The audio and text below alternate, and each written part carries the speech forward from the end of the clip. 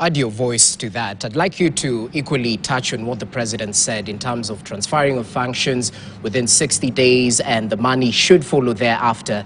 According to you, how should this actually be done to ensure proper funding for the functions once transferred? You know, that's quite the Pandora's box, because let us look at the functions that fully need to be devolved. Let's start with housing, for example. It is a devolved function. Let's look at healthcare as another issue, and it is a devolved function. Now, already we have seen, for example, in healthcare, where doctors have been complaining about delayed payments, unfair working conditions in counties. Let us also remind ourselves that when healthcare was within the ambit of the national government and it was hiring, the doctors who were graduating, most of them were being absorbed.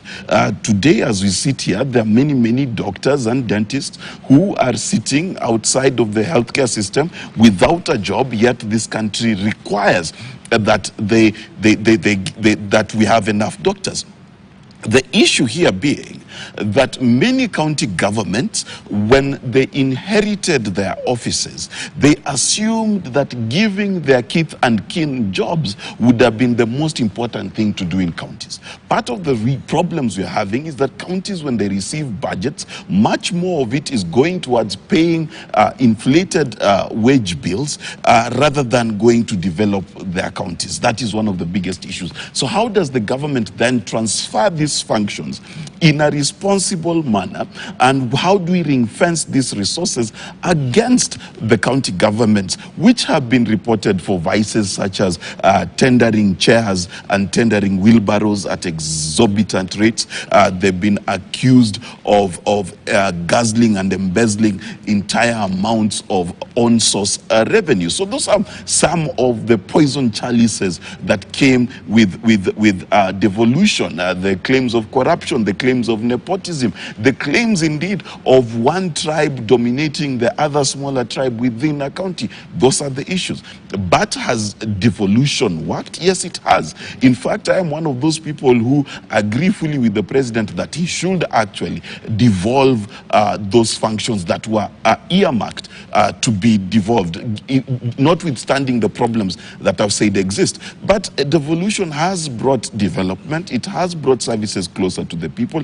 If you go to Kisumu town, you go to Kakamega, you go to Moyale, you go to these places, you find out that this devolution has not only worked, but it has changed the faces of this town. In fact, thanks to the many conferences that MCAs like to attend, the hotel industry has exploded, simply because if you are in Siaya County, you want to cross over to Homa Bay so that your per diem is more. So there is a lot that has happened, even in terms of bringing civil servants back down to the ground. They're renting houses, they're buying land, and they're developing. So those economies are also growing. But honestly, the biggest challenge to devolution, one, is the very tense relationship between MCAs and governors.